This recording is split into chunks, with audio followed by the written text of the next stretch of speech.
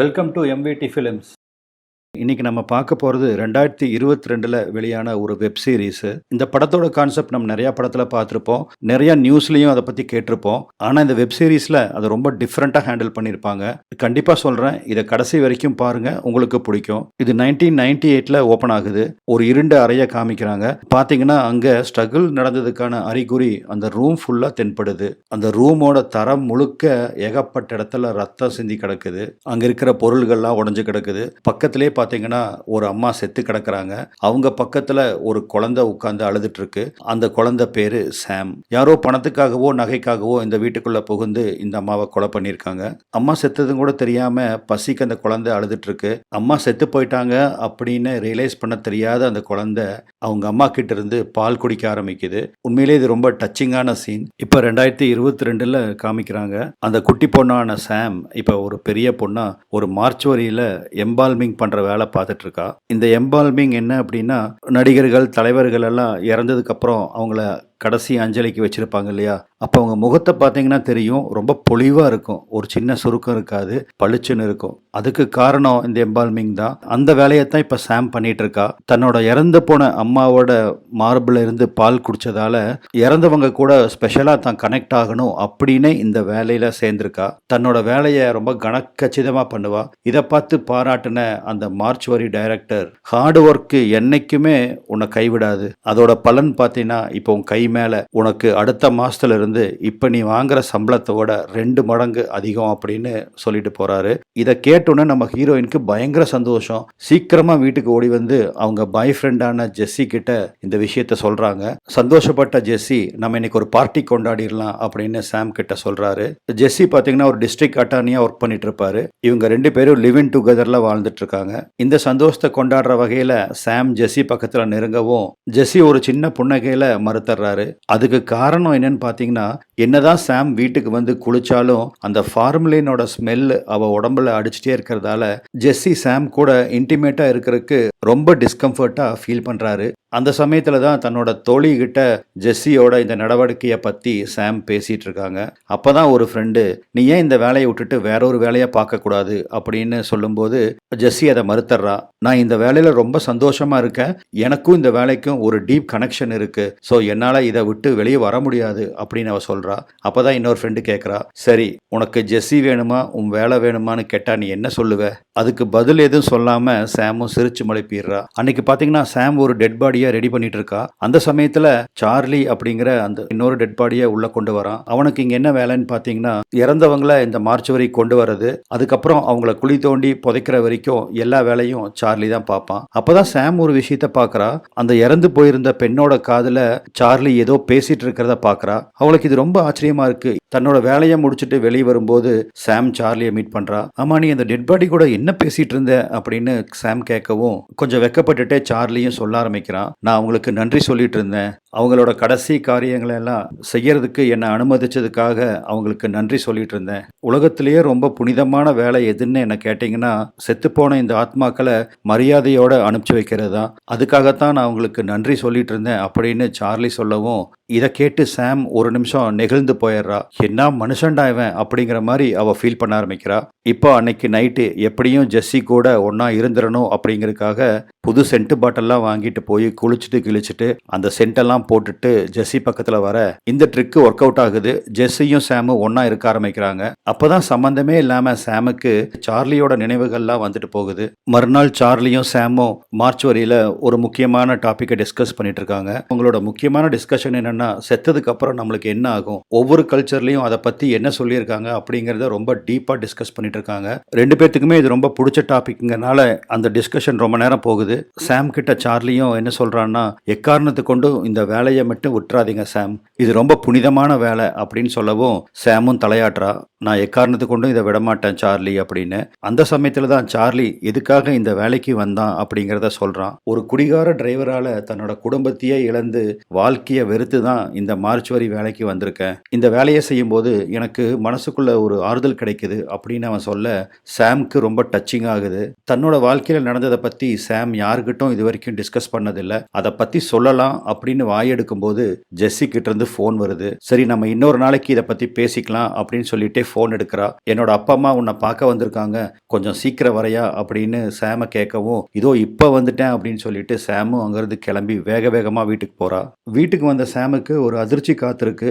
வீடெல்லாம் பார்த்தீங்கன்னா இருண்டு கிடக்கவும் என்னன்னு புரியாம கதவை திறந்து வீட்டுக்குள்ள நுழையிறா. அப்போ பார்த்தீங்கன்னா அவ காலுக்கு கீழே இந்த கண்ணாடி துண்டை மிதிக்கிற மாதிரி ஒரு ஃபீலிங் வருது.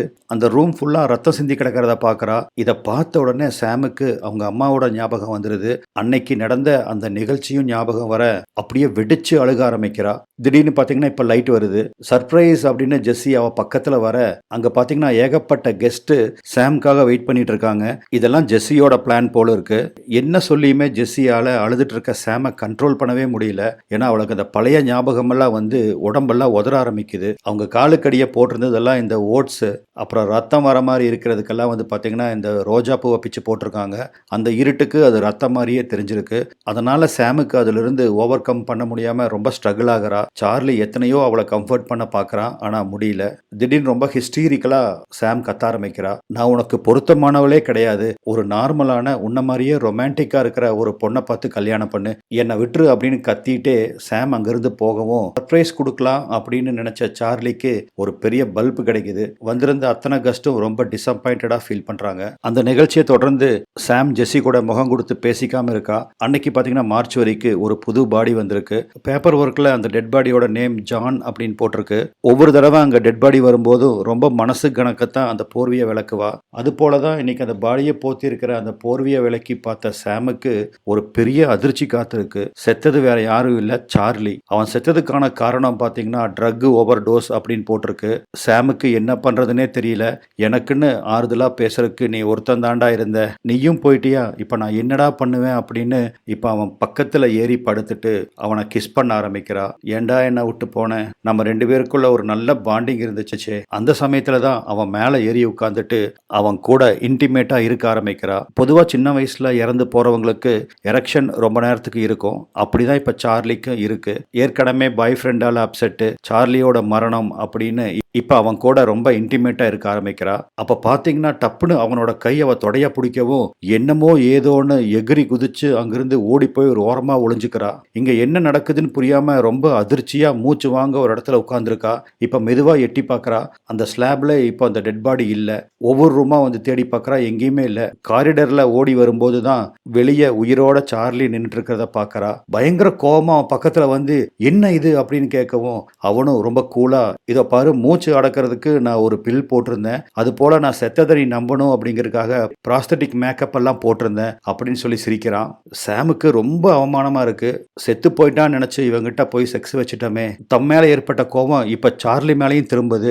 உன்னோட முட்டாள்தனத்தினால இப்ப என்னோட கேரக்டரவே இழந்துட்டேன், என் கண்ணு முன்னாடி நிக்காத நீ அப்படின்னு கத்தவும், இதோ பார் சாம், உன் மனசுக்குள்ள ஏதோ ஒரு பயமும் பாரமும் இருக்குதுன்னு எனக்கு தெரியும். அதுல இருந்து நீ வெளியே வரணும் அப்படின்னு நினைச்சுதான் நான் இதெல்லாம் பண்ணினேன். நீ இவ்வளவு சீரியஸா எடுத்துக்குவேன்னு அதை நினைக்கல அப்படின்னு சொல்லும்போது, முட்டாளா நீ, என் நிலைமை கொஞ்சம் யோசிச்சு பாரு, என்னோட சுய மரியாதவே நீ கெடுத்துட்ட, என் கண்ணு முன்னாடி நிக்காத, எங்கிருந்து போயிருன்னு சொல்லிட்டு அந்த காரிடர்ல தன்னந்தனியா நின்றுட்டு இருக்கிற சார்லியை விட்டுட்டு சாம் அங்கிருந்து கிளம்பி போயிடுறா. இதுக்கு மேல அந்த மார்ச்சுவரிக்கு வேலைக்கு வரக்கு பிடிக்காத சாம் இப்போ ஒரு பியூட்டி பார்லரை சேர்ந்துட்டா.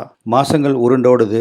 அடிக்கடி சார்லி அவளை வெளியே இருந்து பார்க்குற மாதிரி சாமுக்கு ஒரு ஃபீலிங் வரும். பட் அதெல்லாம் ஒரு இல்யூஷன் தான். சாம் அந்த வேலையை விட்டு நின்னதுல இருந்து ஜெஸ்ஸிக்கும் சாமுக்கும் ஒரு நல்ல அண்டர்ஸ்டாண்டிங் இப்போ வளர ஆரம்பிச்சிருக்கு. அந்த அண்டர்ஸ்டாண்டிங் இப்போ கல்யாணத்துல வந்து முடியுது. அன்னைக்கு கல்யாண நாள். சாம் மணப்பெண்ணா ட்ரெஸ் பண்ணிட்டு இருக்கா. அப்பதான் அவளோட ஃப்ரெண்டும், அந்த மார்ச்சுவரி வேலையை விட்டு எப்ப நீ ஒரு பியூட்டி ஷாப்புக்கு வேலைக்கு போனையோ அன்னைக்கே நீ ரொம்ப க்ளோ ஆக ஆரம்பிச்சிட்ட அப்படின்னு அவளை பாராட்டி பேசிட்டு இருக்கவும், அதுக்கு சாம் என்ன சொல்றான்னா, நான் வேலையைத்தான் விட்டுருக்கேன், என் மனசுக்குள்ள இருந்து அந்த வேலையை யாராலையும் பிரிக்க முடியாது, எனக்கும் அதுக்கும் இருக்கிற பாண்டிங்கே தனி அப்படின்னு அவங்க அம்மாவை மனசுல வச்சுட்டு சொல்றா. மேக்கப் எல்லாம் முடிச்சு அந்த வெட்டிங் செரிமனியில ஜெஸ்ஸியும் சாமும் ஒன்னா மீட் பண்ணிக்கிறாங்க. என் வாழ்க்கையில கிடைச்ச பொக்கிஷம் நீ ஜெஸ்ஸி, என்னை அண்டர்ஸ்டாண்ட் பண்ணி இன்னைக்கு என்னை கல்யாணம் பண்ணிக்கிறதுக்கு உனக்கு ஒரு பெரிய தேங்க்ஸ் அப்படின்னு சாம் சொல்லிட்டு இருக்க, எங்க தேடினாலும் உன்ன மாதிரி எனக்கு ஏத்த ஒரு பொண்ணு எங்கேயும் கிடைக்காது, உனக்கு ஒரு ஸ்பெஷல் gift வச்சிருக்கேன் அப்படின்னு சொல்லிட்டு அங்க இருக்கிற டிவி மானிட்டர்ல இவங்க காதலிக்க ஆரம்பிச்சதுல இருந்து இப்ப வரைக்கும் அவங்க எடுத்துக்கிட்ட பல போட்டோவோட மாண்டாஜ் அங்க அப்படியே ரன் ஆக ஆரம்பிக்குது. எல்லாரும் இதை பார்த்து ரொம்ப நெகிழ்ச்சி அடைகிறாங்க. திடீர்னு பார்த்தீங்கன்னா ஓடிட்டு இருந்த அந்த வீடியோக்கு இடையில வேற ஒரு வீடியோ வருது. அதை பார்த்து அத்தனை பேரும் அப்படியே ஷாக்ல உறைஞ்சு போய் நிற்கிறாங்க. அது என்ன வீடியோன்னு பார்த்தீங்கன்னா, அந்த மார்ச் வரியில அன்னைக்கு செத்து போன சார்லி கூட சாம் ரொம்ப ரொமான்டிக்கா இன்வால்வ் ஆயிருப்பா இல்லையா, இதை பார்த்து நெஞ்ச கையில பிடிச்சிக்கிறாரு ஜெஸ்ஸி. அடி பாவி, போயும் போய் ஒரு பொணத்து கூடவா செக்ஸ் வச்சிருக்க அப்படின்னு கோவமா சாமை பார்த்து கேட்க, சாம்னால அதுக்கு பதிலே சொல்ல முடியல. இருந்தாலும் அன்னைக்கு என்ன நடந்துச்சு அப்படின்னு எக்ஸ்பிளைன் பண்றதுக்கு அவ ட்ரை பண்றா. ஆனா அங்க இருக்கிற யாருமே அந்த எக்ஸ்பிளைனை ஏத்துக்க தயாரா இல்ல. முக்கியமா ஜெஸ்ஸி.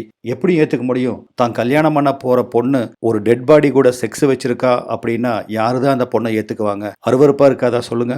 அந்த அருவருப்பு தான் அங்கிருந்த அத்தனை பேர்த்தோட முகத்திலையும் தெரியுது. சாம் சும்மா கூனி குறுகி போயிடுறா. 1000 செருப்பெடுத்து தன்னை அடிச்ச மாதிரி அவளுக்கு ஒரு ஃபீலிங்கு. இதெல்லாமே என் கூட ஒர்க் பண்ணிட்டு இருந்த ஒருத்தனோட வேலை, நான் சொல்றத கேளுங்க அப்படின்னு ஜெஸ்ஸி கிட்ட சொல்ல, ஜெஸ்ஸி இப்ப சாம நம்ப தயாரா இல்ல. ஏன்னா அவன் கண்ணிலேயே பார்த்துட்டானே. அப்பதான் அங்க ஒரு ட்விஸ்ட் கொடுக்கறானுங்க. அந்த சார்லி இப்ப உள்ள வரான். இந்த பிரச்சனைக்கு காரணமே சார்லி தான். அவன் தான் மேனிப்புலேட் பண்ணி அந்த வீடியோவை ஆட் பண்ணியிருக்கா. அவனை பார்த்ததும் சாம் கோபத்துல வெடிக்கிறா. நீ தான் இப்படி ஒரு ஈனமான காரியத்தை பண்ணினியா? இன்னும் என்னை எத்தனை தடவை அவமானப்படுத்தலான்னு நீ பிளான் பண்ணியிருக்க? அப்ப அன்னைக்கு நடந்தது எல்லாத்தையும் பர்பஸா நீ வீடியோ எடுத்திருக்க இல்ல அப்படின்னு அவனை அக்யூஸ் பண்ண, அதுக்கு சார்லி என்ன சொல்றான்னு பாத்தீங்கன்னா, நீ என்கிட்ட தப்பா நடந்துக்குவ அப்படின்னு நான் கொஞ்சம் கூட எதிர்பார்க்கல. நீ தப்பு செஞ்சுட்டு என்னை எப்படி குற்றம் சுமத்துற அப்படின்னு சார்லி கேட்க, உண்மைதான், அன்னைக்கு ஏதோ ஒரு உணர்ச்சி வேகத்துல நான் அந்த தப்பை பண்ணிட்டேன். ஆனா அதையெல்லாம் வீடியோ எடுத்து என்னோட வாழ்க்கையே கெடுக்க நினைச்ச நீ ஒரு மனுஷனே இல்ல அப்படின்னு கத்துறா. ஆக்சுவலா பாத்தீங்கன்னா தான் செத்துட்டா சாம் எப்படி ரியாக்ட் பண்ணுவா அப்படின்னு தெரிஞ்சுக்க ஆசைப்பட்டு தான் சார்லி அந்த கேமராவை அங்க ஒளிச்சு வச்சிருந்திருக்கான். ஆனா அதுவே சாம் தனக்கு கிடைக்க மாட்டா அப்படின்னு தெரிஞ்சதும் அவளோட வாழ்க்கையை பத்தி கவலையே படாம அத்தனை பேர்த்துக்கு முன்னாடி அவளை ரொம்ப கேவலப்படுத்தி இன்னைக்கு அவ வாழ்க்கையவே சூனிய ஆக்குனதும் இந்த சார்லி தான். அவன் பண்ண துரோகத்தை நினைச்சு அவன் மூஞ்சிலேயே காரி துப்புறா. நீ எல்லாம் ஒரு மனுஷனாடா, உனக்கெல்லாம் நல்ல சாவே வராதுடா அப்படின்னு கத்திட்டு அந்த இடத்த விட்டு மணப்பெண்ணா நடந்து போக வேண்டிய சாம் தலை குனிஞ்சு ஓடுறா. கல்யாணமும் நின்று போக, தன்னோட வேலையும் போக, இப்ப சாம் ஒரு ஏஜென்சியில மெய்டு ஒர்க்குக்காக வந்திருக்கா.